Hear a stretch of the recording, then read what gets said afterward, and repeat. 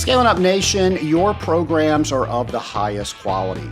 That means your products need to be that same high quality. And that's why I trust Scranton Associates to help me bring the best to my customers. They're a fourth-generation business with over 100 years of experience. Scranton Associates can help you with biocides and both powder and liquid blends. If you have a question about your products, give them a call and they will help you review your formulas. They can also review your safety data sheets and labels. Folks, they know what they're doing when they're looking at these, and they can prevent you from getting costly fines. Scranton Associates can handle all of your blending needs from the smallest order up to tanker cars. Find out why I trust Scranton Associates for yourself. Call them today or visit scrantonassociates.com. Welcome to Scaling Up, the podcast where we scale up on knowledge so we don't scale up our systems. I'm Trace Blackmore, and Nation, really fun show today, really informative show. Of course, every episode of Scaling Up is an informative show. And I hope that you are using this podcast to make sure that you got the latest, greatest information. You know where to go. You're constantly challenging yourself. And you're also making sure that you have the mindset that even though I know something today, it doesn't mean that there's not more or better information about it out there. Something is always being updated. We're going to learn about a lot of those things today around a particular topic. But before we get there, something that we're always trying to do is become a better water treater. And of course, our friend James McDonald is helping us with that. So here is our next installment of James's Challenge.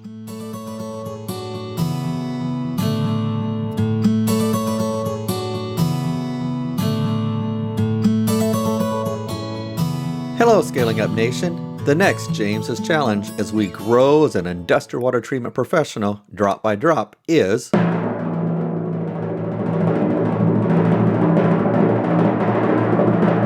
perform a condensate survey throughout a facility. Condensate systems can be quite complex in both their general layout and in the chemistry that's happening. Just collecting an aggregate sample at the end of the line may not adequately show what's happening within the system. Is the pH within the recommended control range throughout the entire system? Or are there low spots after pressure reducers, etc.? Is process contamination being diluted by the overall condensate volume so you don't see it? Or is the contamination intermittent? One can learn a lot by grabbing a few basic items and taking a trip around the condensate system. Be sure to share your experience on LinkedIn by tagging it with hashtag JC21 and hashtag ScalingUpH2O. This is James McDonald, and I look forward to seeing what you share. Nation, it's hard to believe that Halloween is just around the corner. We will be celebrating Halloween just next week. But something I do want you to put on your calendars right before Halloween on October 29th, Michael Wardy, member of the Rising Tide Mastermind, and also expert on what we need to know when we are transitioning our businesses. He's going to be meeting with us in our AWT webinar series. That's going to take place on the 29th at 11 a.m. Eastern Time. And I know what you're saying. Trace, I have no intention of selling my business. Or I know I'm eventually going to have to do something with my business, but it is so far down the road, I don't need to worry about it. And I don't think that is a correct way to answer the question. Of course, I didn't really ask you a question, but if I did ask you a question, it would be, how are you planning to transition your business? And if you're not thinking about that now, I promise you are not running your business to the best of your ability.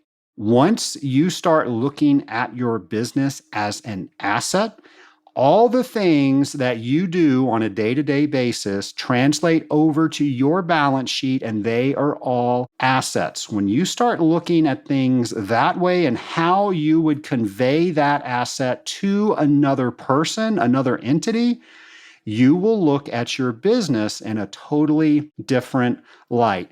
And when you run your business as if you are ready to sell your business at any time, I promise you are going to be running a much more efficient business. And when you know what your numbers are telling you, you are going to sleep better at night. Well, Michael is going to help us get started with that. So to sign up for this valuable program free of charge, you just need to invest a little bit of time and of course, invest some time going to the website. That website is scalinguph2o.com/webinar. Nation, I alluded that today's show was all about updates, and we are talking to none other than Janet Stout. Janet Stout has educated so many of us on how we need to look at Legionella, things that we need to be telling our clients so they can make better decisions. So once again, we're going to learn what's new in the world of Legionella with Janet Stout. My lab partner today is Dr. Janet Stout of Special Pathogens Laboratory. Janet, welcome back to the Scaling Up H2O podcast. I'm just thrilled to be here with you, Trace. You know, you're more engaging and energizing than, a cup of coffee or a Red Bull. I just love sharing this time with you. Well, I appreciate that. I'm going to take that as a compliment. I think that's a good thing. Absolutely. And definitely, I am a lot less calories. Definitely a lot less calories. So, Janet, you and I were doing the math, and this is your fourth appearance on Scaling Up H2O. So how awesome is that? That is so awesome. And, I reached out to you because so much has happened since the last time we were together that I thought your listeners would be, very interested to hear about. And so thank you so much for the opportunity for the fourth time. It's awesome. And I'm sure I will have another chance to ask you something, maybe at an event that we attend in the near future. So, 4, I think, is the official number. But I think if we listen back to other episodes, you've answered questions for us, questions from the audience where we've done Legionella month last year. You were a big contributor with that. So I'm sure the number is way north of 4 if we were really doing the math. Well, you just, you really do wonders for educating your listeners. And I'm just thrilled to be a part of that. Well, it's totally selfish because I'm learning along with everybody else. But you are one of the people that has just given me so much, I want to say, confidence in the world of Legionella. Because when this first hit us, 15 years ago? It's like, what are you supposed to do owning a water treatment company? And now everything's falling on the water treater. Thank goodness you invented the chill pill. And now we know what we're supposed to be talking about and how we can arm the customer, the end user, with better information. Yes. And I actually have some chill pills here with me today in case we need them. Always good to have on standby. Well, the last time you were on was episode 121. That was January of last year. What's been going on since then? Lots of things, as I said. And, for those listeners that don't know me, I am an infectious disease microbiologist. And what I always say, as Trace knows, when an infectious disease microbiologist studies Legionella for more than 30 years, I say I'm no longer a microbiologist. I'm a Legionellologist, and a Legionellologist with a mission to end Legionnaire's disease. So this is our big, hairy, audacious goal here at Special Pathogens Laboratory. And you can't see it, everybody listening, but I've got NLD earrings on and an NLD button on. I even have NLD shoes. And so, we're very serious about that, and we work together with the water treatment professionals and AWT and other organizations to advance that mission. And so when I talk about what's going on or what's happened since the last time we've been together, I think about all the things that we at Special Pathogens and also myself as an individual have been involved in around kind of the things that we are noted for. So we're noted as sort of the Legionella experts with more than 30 years of experience in clinical and environmental Legionella detection, control, prevention. It's all about prevention and remediation. And we've evaluated and introduced into the industry, many Legionella disinfection technologies. We don't do remediation, but we do the studies to prove their efficacy. And we've been doing that also for 30 years so that your listeners and others that use that technology understand the pros and cons that are intrinsic to any disinfection technology. So you mentioned, how long we've been doing this, and it sort of brings to mind a 1996 AWT convention where I had the honor to receive the Raybom Award. And in that acceptance speech, I used the word synergy to describe the relationship that Special Pathogens Laboratory and I have with the water treatment professionals to do exactly what you said, to share the knowledge and make sure that we all, sort of rise to the challenge of preventing Legionnaire's disease together. And this is just another opportunity to do that. And in terms of what's new since 2020, we're going to tick through a number of these things, but, it's really about sort of a groundswell or the snowball coming down the mountain of really regulatory, whether it's standards, guidelines, legislation, which is just really interesting to me, and training opportunities. So we'll talk about all of those things. So much has happened since 2020. Well, we are going to mention all of those things, as you alluded to, but I want to go back to a couple of things that you just said. You mentioned the word synergy, and I love that word. I love that mindset that you and I can create something bigger together than we can on our own. And it's through that I hope that this podcast and the conversations that you and I have had throughout the years not only help us, but they can help so many other people and they can spark other conversations. But you also mentioned a BHAG, a big, hairy, audacious goal. And that's a Jim Collins term. He wrote From Good to Great. And I was introduced to that by a group that I used to be a member of, that you're currently a member of, called Vistage. And if anybody listens to this podcast for any length of time, they've heard me encourage people to get into groups of like-minded people so they don't have to live life alone. They don't have to experience their issues alone. They can learn from others' experiences. They can get picked up when they need a hand up.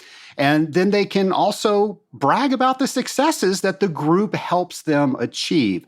So I wanted to ask you, how long have you been a member of Vistage? And maybe for our listeners, what exactly is something like Vistage?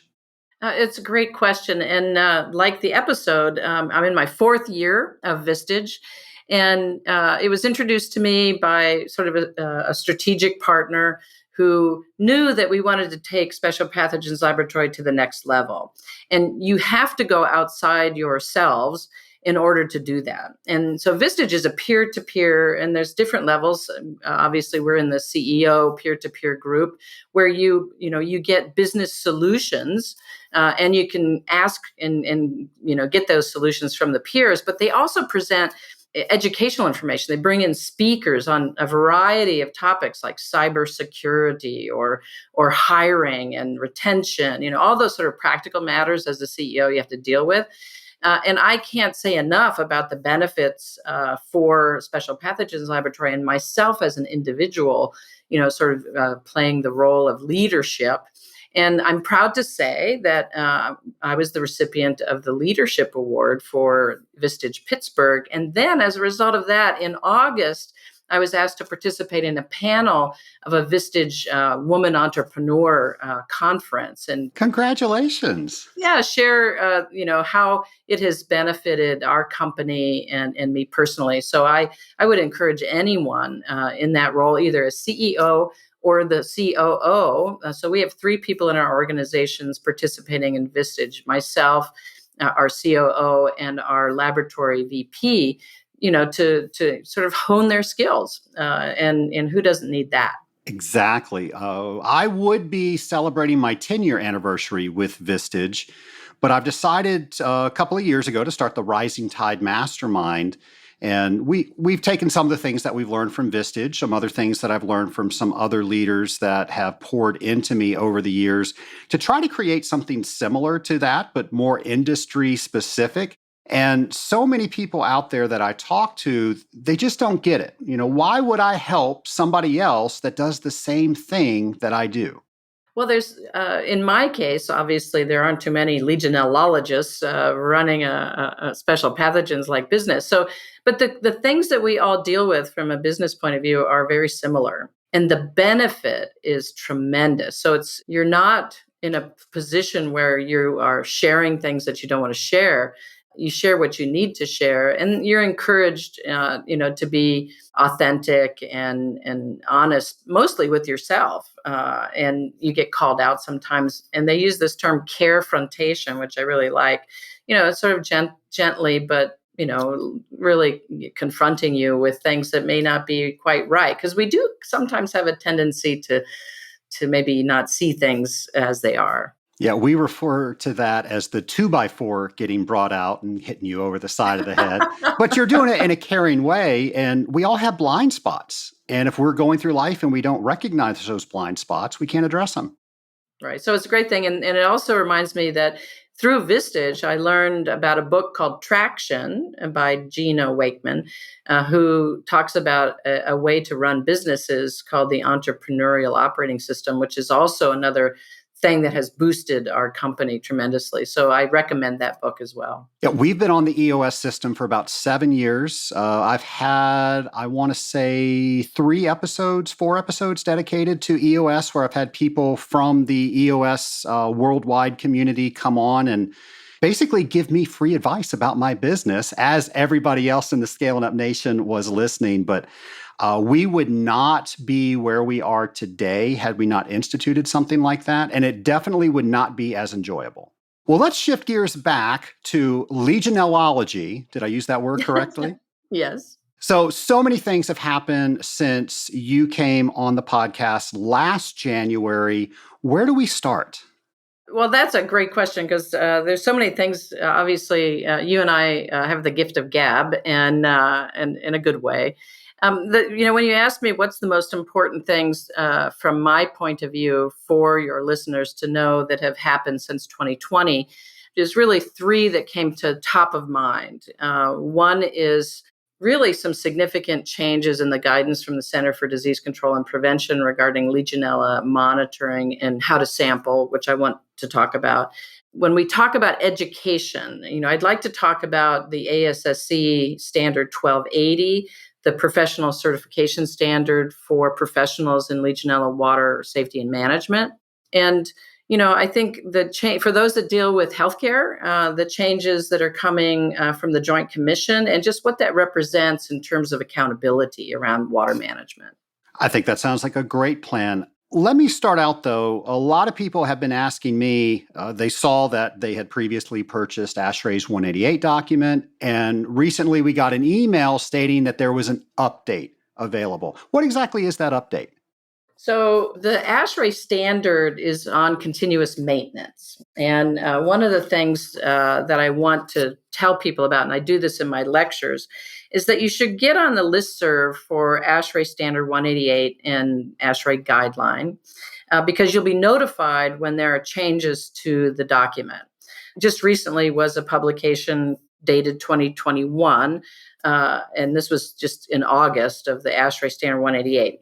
There are, let me count them, 1, 2, 3, 4, 5 different addenda that have been done to the standard since 2015.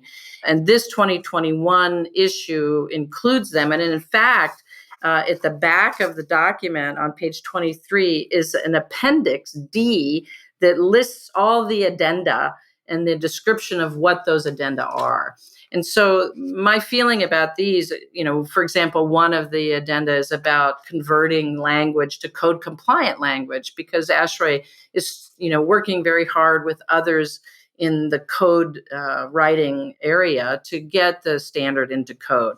In order to do that, it has to be in the right language. And the other things are little tweaks that are a result of that continuous maintenance process. So you really do want to get that 2021, and you get it at, you'd think it'd be ASHRAEstore.com, but it's not. It's actually Tech Street, TECH Street store. If you Google that and then search for 188, you'll get access to the most current version. And also within that page, it shows you the addenda also, which when you buy it, you get those as it goes on forward, which there'll be more changes in the future. You can get those free once you buy the guidance document or the standard. And it used to be you could go to the site and you could read the document for free. You just couldn't download it. Is that still the case? No, it's not. There you go. You heard it here. I wonder why, Trace. I wonder why. Understood. Lots of changes with that. There are always water treaters out there that are dealing with trying to get the best communication out there to their end users. And they have that customer, or in some cases, several customers that say, I will do something when I'm forced to do it because of this update, because of the language being so easily taken from that document, putting in legislation. Do we need to prepare these people that it's coming? You know, one of the things that I've been frustrated with, frankly, and it disturbs me a little bit, but it just is the way it is that oftentimes people have to die in order for things to change. And I've seen that with legislation. And I'll back it up just a little bit to talk about the Center for Medicare and Medicaid Services memorandum that came out in 2017. And I popped the cork of the champagne. I popped it because it said, have a risk assessment for Legionella, all healthcare facilities, have water management. And it also surprised me. They tossed in there other waterborne pathogens. And so now your listeners have to know something about Burkholderia, Stenotrophomonas multifida, which I actually really like to say, because it sounds like we should do a line dance. Stenotrophomonas multifida kick. Don't you kind of get that? I can see that. Yeah, Acinetobacter, non-tuberculous microbiologist. You guys throw a wild party, I have no doubt. Yes. Well, we like to have fun here, And so now the water treaters and people doing water management need to understand these other pathogens as well as Legionella, as if Legionella wasn't enough. And we actually do an educational thing. It's called Puzzled by Legionella Wednesday webinar series, which is every 2 weeks approximately, where we do it's free, 20 minutes, 25 minutes, and we have speakers in, some outside Special Pathogens Laboratory, as well as our own speakers. And yesterday we did one on Burkholderia. And the next speakers are going to be a healthcare engineer from the VA system. I've invited the EPA to speak. So people can subscribe to that Puzzled by webinar series through specialpathogenslab.com under the Solutions tab and education. So we try to do that to make sure that people are knowledgeable. So getting back to CMS, they said do environmental monitoring for these pathogens. And that's why I popped the cork. It was like, finally, I've lived to see the day where the most important thing to assess risk is being required, to your point. Well, my party lasted 1 year when CMS backpedaled and took that requirement out and said it's at the discretion of the facility. Well, to your point, Trace, when you leave it to people to go, do I want to do this or not?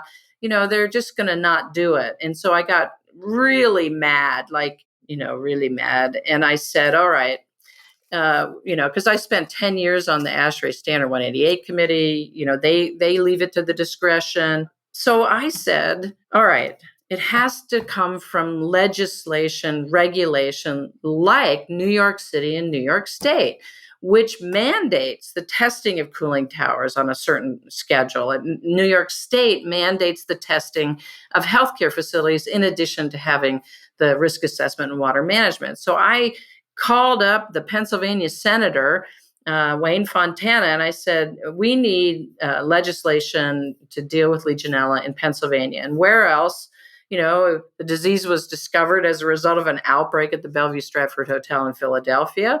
Here in Western Pennsylvania, we were the first to issue a guidance document for healthcare with the Allegheny County Health Department. So we should be doing this. And so he submitted legislation last year for Legionella.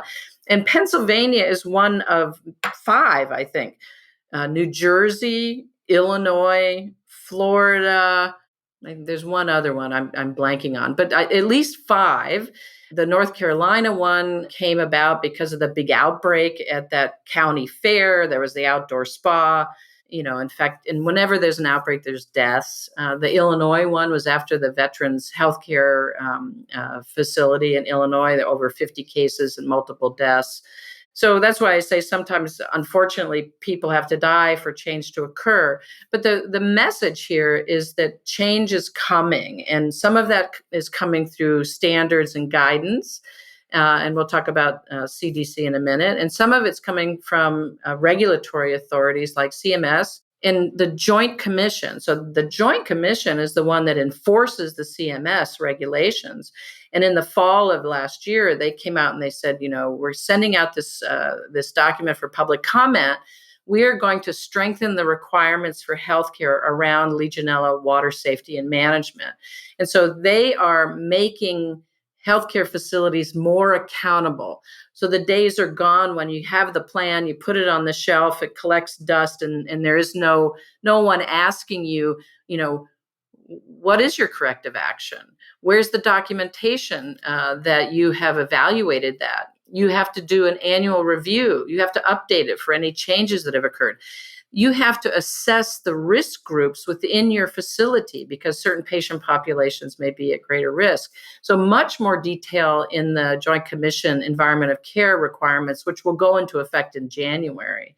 So you've got CMS, Joint Commission, and the updates to ASHRAE and the updated guideline for ASHRAE. And one of the addendum to the ASHRAE Standard was adding the Cooling Technology Institute Guideline 159 to the referencing section.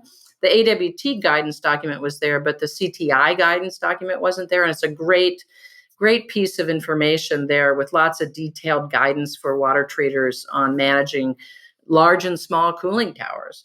And then the last piece was, if everybody's doing Legionella water management, there's a spectrum of knowledge out there, right? There's people that have been deep in it for a long time, and there are people that are new to it. Well, what we need is to raise the bar, make sure everybody's at the same level of basic understanding of Legionella, Legionnaires disease, water management. And so that's what prompted me to reach out to IAPMO and ASSE 2 years ago and say, there's a need for education. And IAPMO is a training arm. ASSE is a standard-making body to the ANSI standard. And so ASSE, with a group of experts from all industries, created Standard 1280, this professional qualification standard, which requires 24 hours of training, passing of a 100-question exam to be ASSE certified. And so ASSE also certifies the instructors, right? So I'm a certified instructor for ASSE, and we deliver, among others, along with the help of IAPMO, we deliver that training. And so we've trained 300 or so people already that are ASSE certified. Our next training is October 18 to 20. If anybody that's listening is a healthcare facility manager or professional healthcare engineer, we're doing a special one in November 18 to 20. And all of that information is on specialpathogenslab.com, the solutions tab, education. You can get information about registering for those trainings. Also, so I'm now an author, Trace. So training requires a book, right? And so we wrote the book on Legionella. So it's called Puzzled by Legionella Guidebook. And that's given to the people that attend the training, but you can also buy it online. It's even on Amazon. And so it's a great interactive guidebook. It's got QR codes. So it's always got new information. It's got videos embedded in the QR codes. So that education, I think, complements what education other people have. So it's different in that it's a sort of a specialized area, but it complements other trainings that they may have. So when it comes to the 12,080 certification, we've got water treaters that are listening to this podcast. Who needs that certification? Well, if you are a water treater that's delivering the services of water management and risk assessment, and you want a multidisciplinary education about that. So, for example, If that's something you're doing, you want to be as knowledgeable as you can about all aspects of this, the laboratory part, the regulatory part, the healthcare part, how to respond to an outbreak. All of that and disinfection technology, all of that is covered in the training. And then what's really great, and this sort of relates to the discussion about Vistage, is the peer-to-peer interactions. And so what we do is we build in breakout sessions and case studies, and then we listen to each other and take questions from the audience so that they learn from each other. Because like you said, we're all dealing with the same thing. So there's sort of the lecture from the expert, but then the Q&A that's live and over that 3-day period is just gold for all the attendees. You mentioned a lot of agencies. One of them was the Centers for Disease Control, and they've recently updated their toolkit. What can we expect in that update? Well, I fell out of my chair when CMS put their memo out. I fell out of my chair again when I read the toolkit update. It came out in January, right? And what made me fall out of my chair was like language I have never seen, figuratively come out of the CDC's mouth. Routine Legionella monitoring. Now, for those that don't really understand, aren't deep in this like I am, the history is the CDC always said we have no recommendation. Doesn't mean the recommendation like we think of it. It's we're not comfortable with the data in order to make a recommendation. That's what they mean by no recommendation. So they would always, up until 2021, say we don't have recommendations about routine environmental testing for Legionella, which we all know is the cornerstone for assessing risk in your building, water system, or cooling tower, right? Well, there it was. And I was just, whoa, that's a major change. And not only did they tell you that it's appropriate to validate your water management program, so that's number one. And then, so anybody sort of with dealing with people that are going, well, we don't have to test for Legionella. Well, actually show them the CDC toolkit and the language there that says, when do you do this? When do you test? You test if you're a healthcare facility because you have at-risk people. You test if your control measures aren't sort of doing the job fully, like, whether you can't maintain temperature or disinfectant residual. So they sort of tick down when it's appropriate to do this. And then there's a table that talks about the metrics for interpreting testing. And at the top of the table, there is routine Legionella monitoring. And so there's percent positivity, which is the way that we interpret things, greater than 30% of outlets in the building positive, particularly with Legionella pneumophilus serogroup 1, there's greater risk. But there's also discussion about colony forming units per milliliter, as well as what kind of Legionella you're isolating. Is it known pathogens or the majority of the Legionella species that have not been shown to cause illness? And then the other significant thing in there is there's always this confusion about what volume of water to collect. And I say there's always been confusion because back in 1998, the CDC said, collect a liter if you can, smaller volumes are okay. When they go out to do an investigation of an outbreak, the CDC collects a liter because they're not coming back. That's all they got. And so people misunderstand or misinterpret that to mean we all have to collect a liter from every faucet and shower. And it's just not true for routine monitoring. So there in black and white in this update is 250 ml bottles are fine for collecting routine samples. And I was like, yes, finally, you're helping to clarify and address that confusion. So those two things are just groundbreaking in my perspective. You mentioned the term percent positivity, and I think a lot of our listeners are confused about exactly what that means. Can you help clear that up? Absolutely. So we're going in the Wayback Machine, okay? In the 1980s, when I started as a young Legionellologist, I was at the Pittsburgh VA Medical Center, and we were investigating one of the largest outbreaks of healthcare-acquired Legionnaire's disease ever reported. And what we were doing is we were collecting from faucets and showers and hot water tanks in this hospital, different floors, different wings, representative of the water system. And we were doing that on a monthly basis. We were also doing it in conjunction and in parallel with looking for the disease in the patients in the hospital, right? So as the percentage of the outlets we tested, so to make it simple, if you do a minimum of 10 faucets and showers, representative, if 3 or more are positive, more than 30%, we would see a case goes up, up, up, up, hit over 30%, bam, a case. And then at that time, we would heat and flush. We would knock it down as close to zero as we could, never really achieving zero, which is we want to achieve 0 cases, not 0 Legionella. And then we would do the heat and flush, and we would sample, and it would go up, up, up as it will. Bam, a case would occur as it reached 30%. We asked the question, did it correlate with the percentage, or did it correlate with how many Legionella bacteria, the colony forming units? And it didn't correlate with colony forming units, but it did correlate with percent positivity. And the reason it can't correlate with colony forming units is every time you open that fixture, immediately collect that hot water. Well, when you come back the next day, it's going to be a different number because it's not consistent, but it will always be positive unless you remediate it. You also brought up the Joint Commission. I think a lot of people don't really understand what they do. Do you mind explaining that and what we can expect from them with their update? So for those of you that are older, it's like there was that ad, when E.F. Hutton speaks, everybody listens.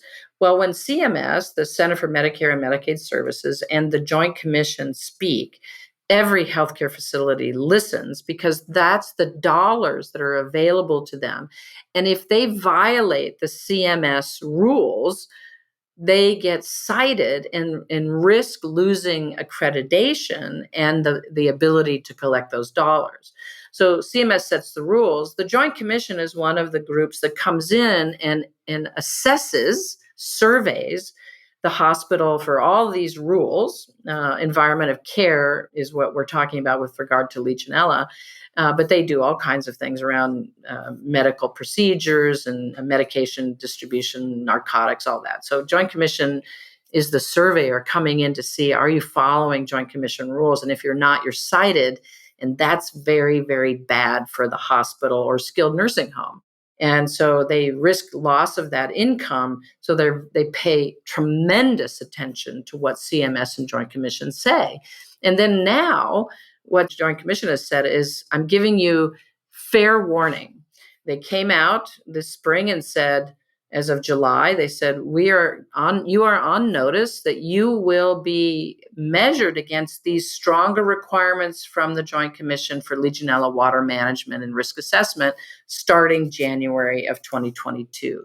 So they're telling the healthcare facilities, we're going to look at this. And if it's not right, you're going to get cited. And that's very, very serious. Janet, what does the Joint Commission say about testing?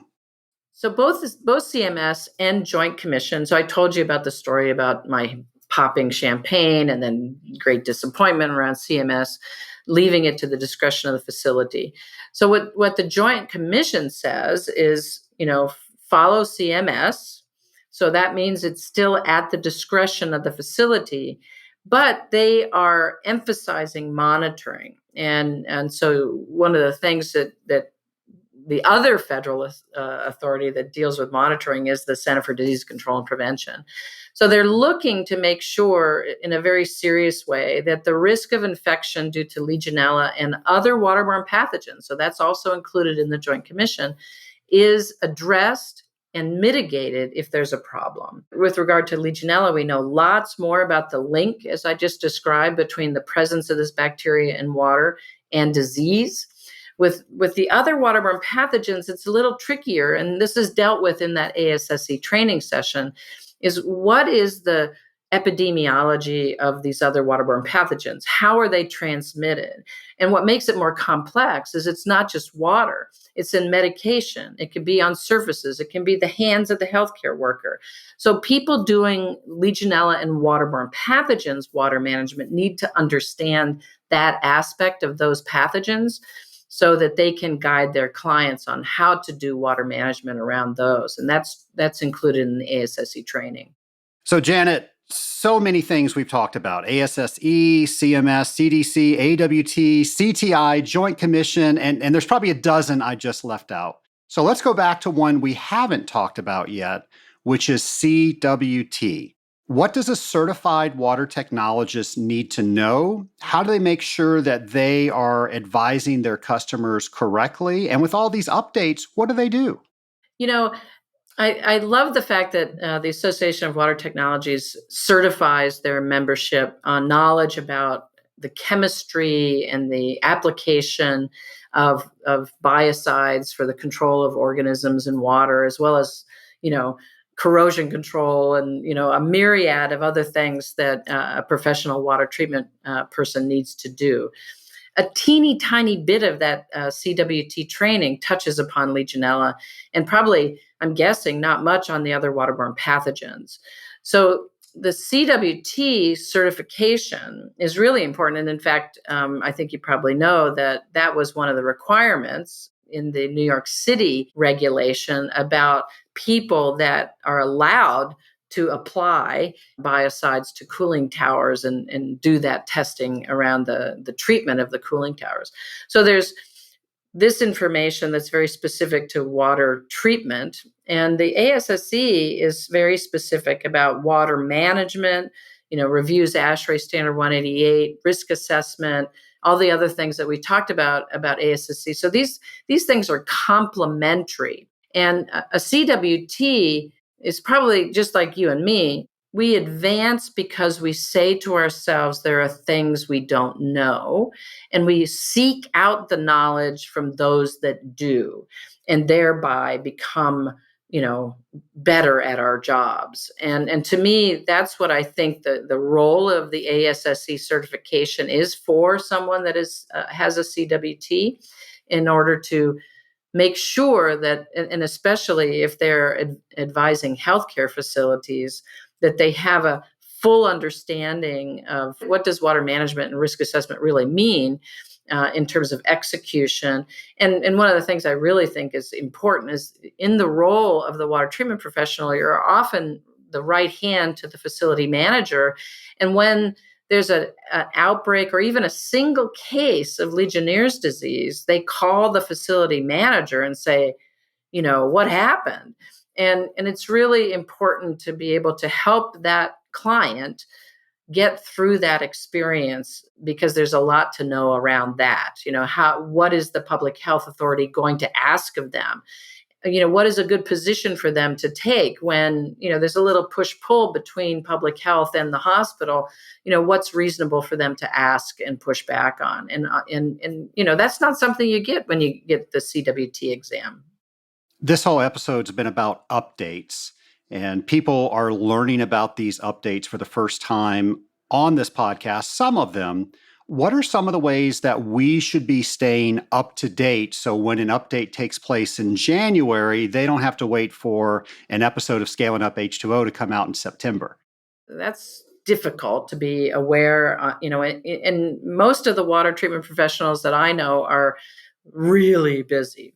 So one of the things that we try to do at Special Pathogens Laboratory is be that resource, just like, that synergy that we talked about, that we, Special Pathogens and I have been to the water treatment industry since before 1996. So, I mentioned the guidebook, which is really great information. And because of those QR codes, can be updated over time. When we deliver the training, I'm constantly updating. So whoever takes the training in October is going to get the latest information. I mentioned the Puzzled by Legionella Wednesday webinar series. The speakers that I have on that, every other week, are about these issues that I think your listeners need to know about. And so, that's why, EPA is coming, healthcare engineers are coming. I've asked ASHRAE to talk about an upcoming standard that we haven't talked about today, which is 514.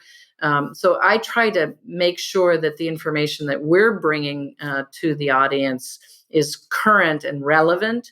Not that they shouldn't listen to your podcast every single time, Trace, but I think between you and me, they're good. Well, there you go. Now, you mentioned an upcoming standard, 514. What is that? Well, there's a sort of a long story behind that, which I'll share at the bar with you another day. But the short story is it started at NSF and migrated over to ASHRAE, and the concept is sort of a whole hazards approach to safety within building water systems. And that whole hazard approach, sort of philosophically, is not new, but the idea of applying that to a building. So it's, chemicals, not just disinfectant, other hazards, physical hazards, temperature, as well as waterborne pathogens, the other pathogens. Because even though CMS and the Joint Commission talk about these other waterborne pathogens, Standard 188 is about Legionella, and that standard is really important. But now we have to deal with these other microbial hazards and being educated about that. And so those are some of the topics that are being integrated into that standard, which should go out for public review in the coming months. That's another reason to get that standards action notification, because otherwise you wouldn't know that the public review is happening. And I strongly encourage your listeners to participate in that public review process, because while we seek perfection, it's a large committee, and there may be things in there that your listeners are going, no, we can't do that, and we have to hear from you in order to change it. Because if we don't hear from you and there's no changes, it's going to be approved as is.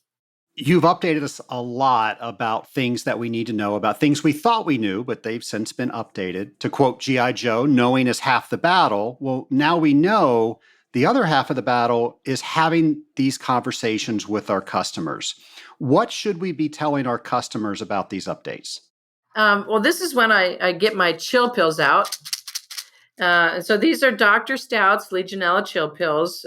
They are for the treatment of Legionella-related anxiety. And it says take 2 tablets 1 hour before Legionella testing. Now they're mints, so just reach out to me. I can send you some. It's really fun to give these to people you're talking about monitoring for Legionella, because it makes them laugh. And they have a hard time dealing with the idea of getting a test result for Legionella, whether it's their cooling tower or their building water systems, their decorative water features. There's this awkwardness about the conversation. So what I want the water treatment profession to do is to help those clients understand that now they've got a new tool. They can present the CDC 2021 toolkit that talks about routine testing and shows them this is when it's appropriate, and you fall into that. And if you don't do this, there's risk. And when there's risk, there's potential for death, because the mortality rate, especially in healthcare, can be as high as 30%. So we need to be proactively preventing by helping them to understand they really should be testing. And here's the guidance from CDC. Even though CMS or ASHRAE says it's at your discretion, there's a little lawyer on my shoulder. Oh, I forgot to mention the little lawyer on my shoulder, Trace. But the little lawyer it should be on everybody's shoulders, and your water treatment professionals as well, to help them understand that they are there. If something goes wrong, it's going to be bad. It's either knock, knock, knock, the public health authorities at your door, or here's the lawsuit that the lawyer is bringing. Legionella is highly litigated. I get calls from attorneys every week. So I want the water treatment professional to help have that conversation, to bring this new information to their customer, to help the customer understand that that information is feedback to the water treatment provider as well as them. How well is the water treatment program working to control Legionella? And as you know, what you add in April in terms of your biocide concentration may not control it in July and August. And you need that feedback to say, hey, we need to add more chemistry. And so this is important, sort of the context of it. And what's really clear, I mentioned the CTI Guideline 159.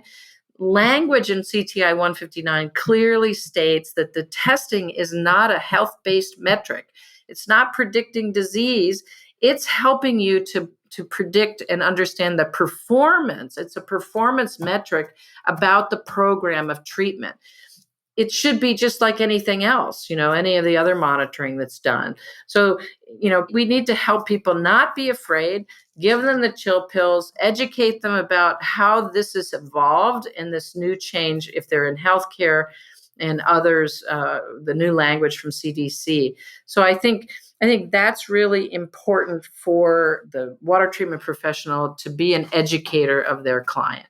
At the top of the show, you talked about 5 municipalities that were considering legislation around Legionella. How do we know if our state, our city, is one of those next cities? That's a great question. And the only reason I know about these is because I was advocating Pennsylvania to do something because of how frustrated I have become with, organizational standards. And as far as our BHAG and ending Legionnaire's disease and being proactive advocates for proactive prevention, that's why I got involved. And so I think what you could do is reach out to your senator or legislator and ask if there is any, because there's no sort of centralized repository of this information. The UA, which is an organization for plumbing professionals, has an arm around legislation that is actively looking into that. I know the AWT kind of keeps a finger on legislation as well, and I would recommend members of AWT to talk to the board about making sure that this is top of mind for them as well. So it will take some effort, and again, I'll try to keep updating people through our Puzzled by Wednesday webinar series. Jenna, we talked about the made-up word carefrontation when we were talking about masterminds and Vistage. So you're now being carefrontational with our listeners of the Scaling Up Nation. Sometimes the 2x4 that needs to hit them across the head so they actually get it. What is that 2x4? Geez, that's a terrific question. The image of a 2x4 going across somebody's head is a little harsh, but I understand. And I'll return us back to our word synergy. That, my experience sometimes of water treatment professionals, and you sort of alluded to this when we were talking about Vistage, is sort of go it alone, either to protect territory or their client, from real or imagined foes. To really recognize that we are in this together, and to not be afraid to reach out to me or people in our organization to ask the simple question, in this particular situation, is there something that I should be doing that I'm not aware of, because that's what I'm here for. And what Special Pathogens Laboratory is here for is to guide people to prevention. And we have to be open to the fact that we're not going to be able to do that by ourselves, and nor should we really. And that's really the way that we're going to be more effective as a professional, and also to be proactive in our prevention efforts. So I would say just be open to that. What is the saying? Just because I'm paranoid doesn't mean somebody's not after me. But I think most of the time, that fear of collaboration is unfounded. And we're going to help each other more by working together than separately. And so I really embrace that concept of synergy. I said it in 1996 when I accepted the Ray Baum Award. I say it today. That's what makes me get up in the morning, is to be able to help people in this area. Janet, I always love bringing you on Scaling Up H2O, but we're not done with you yet. Of course, we have the infamous lightning round questions. Are you buckled in? Are you ready? I'm ready. I'm a little afraid. I think I'll have a chill pill. They are minty and delicious. So I just want everybody to know about the chill pill.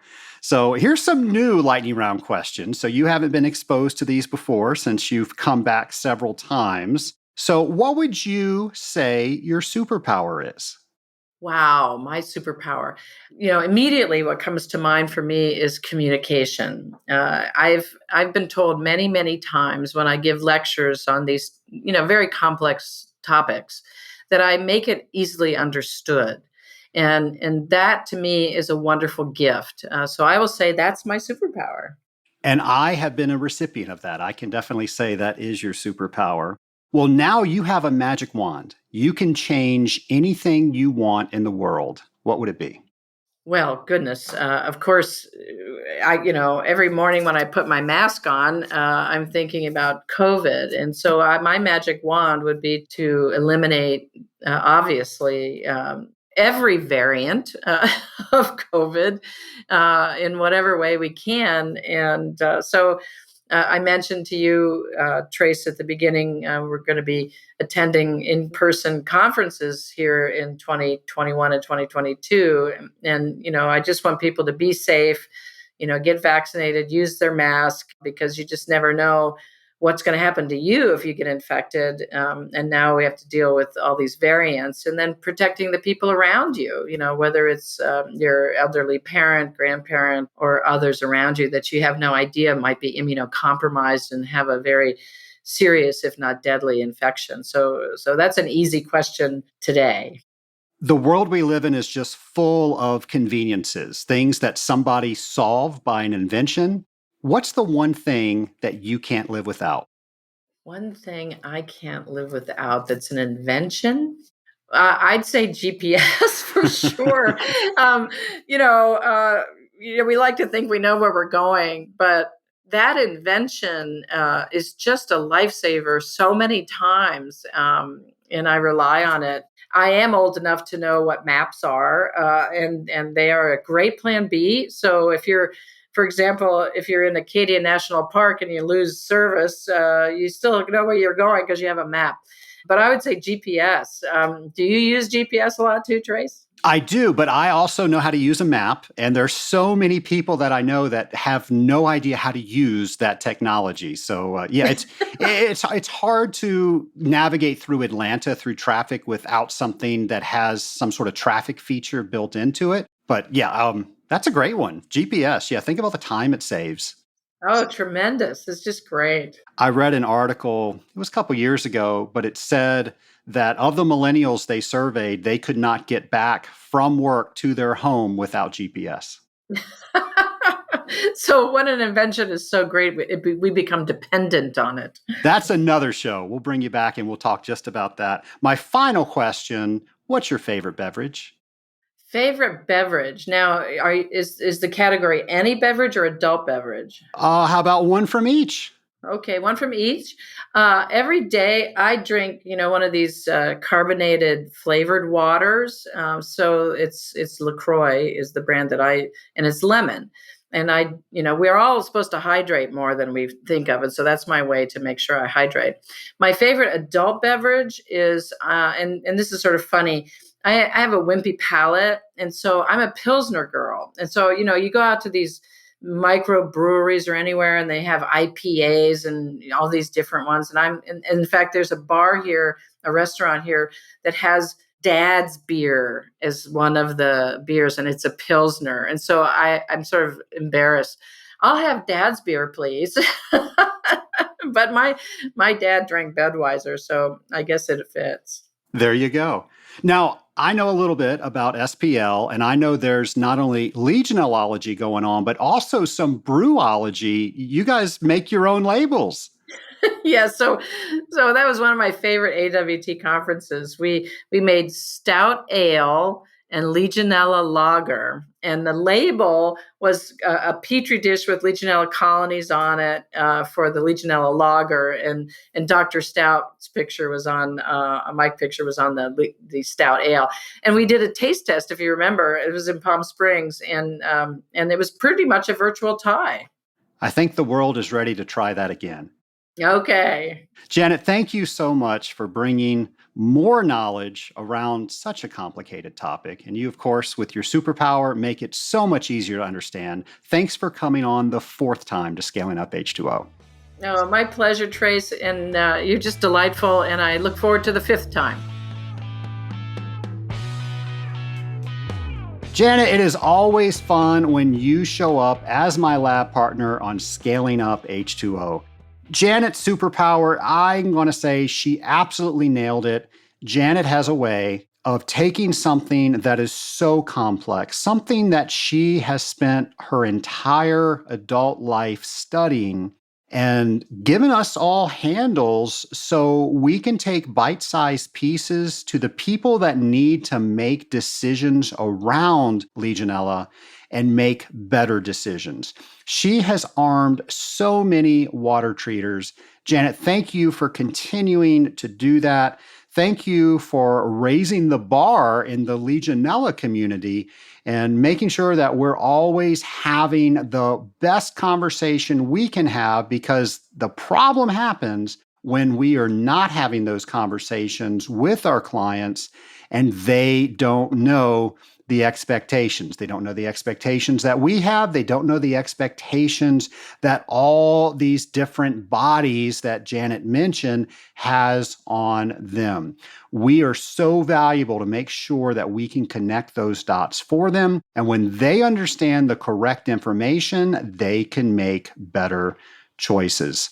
It's all about communication. It's all about making sure that we are helping each other know more about particular topics so we can do the right thing.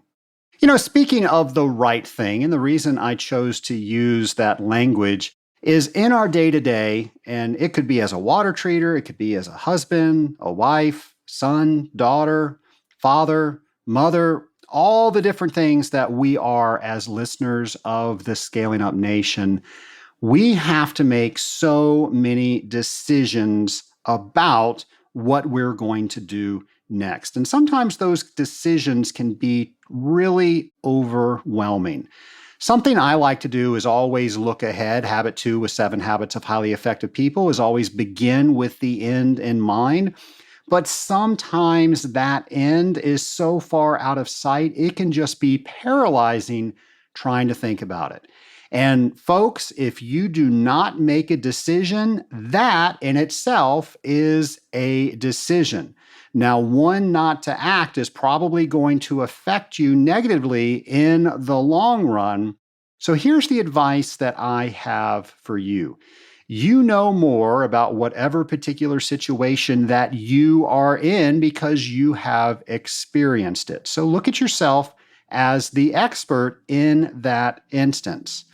You also know all of the things that allow you to get out of bed in the morning. You know all the things that make you you. You know things that you're willing to do, things that you're not willing to do, and you also know the reasons why you do all of those things. And you have all of these relationships that you're making sure stay healthy along the way. So the next time you're faced with a decision like that, don't get paralyzed. Don't choose not to decide. What's the next right thing that you can do? Now, you don't know the next 10 right things, and you don't know exactly what the end is going to end up because this is just such a dynamic situation, but you do know the next small step. You know the next right thing that you can do, and that will take you to the next step, and then maybe there you can get some help. Maybe it's through an organization or a mastermind like Janet and I were talking about in the very beginning of this episode, and you can let your peers know what you're facing. You can let them know what is at stake, and most likely what will happen when you surround yourself with a group of people like this, they can give you advice to most likely the exact situation that you are experiencing. And now you have the benefit of all of their hindsight. They will give you a history of what they did, and if they had to do it again, how they would do it differently. So I hope you have a group like that, like Janet and I do. If you do not, there are many groups out there. Janet mentioned Vistage. I was a member of Vistage for many years, learned so much from that group. I'm also a member of a couple of other groups. And as you know, I've started the Rising Tide Mastermind just for what we are talking about. So if you have access to a group like that, you can do the next right thing, and then you can get advice from your group. Now, if you do not have a group like that, one, I'm going to ask you to consider why you don't have a group like that. and then think on whatever that reason is. Is that a valid reason not to have a group of directors that you can have conversations like this on? If you do not, and you decided that a group like this is not right for you, what are the resources that you have so you can make sure the next step is the most logical step and it fits within your framework of the next right thing?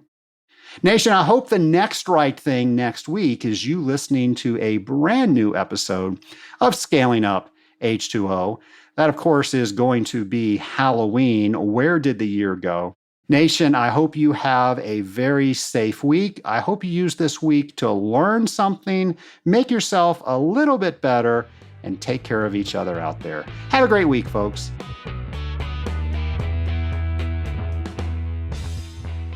Scaling Up Nation, so many people that I talk to want to join the Rising Tide Mastermind, but they're concerned about being able to commit 1 hour a week for the mastermind calls. Folks, I have to tell you, when you experience that hour, you realize that that is the power hour that changes every other hour that you will experience that week. If we keep doing the same things, we will keep doing the same results. And that 1 hour a week allows you to get out of the day-to-day so you can work on your day-to-day. Do something different. Find out about the Rising Tide Mastermind by going to scalinguph2o.com/mastermind.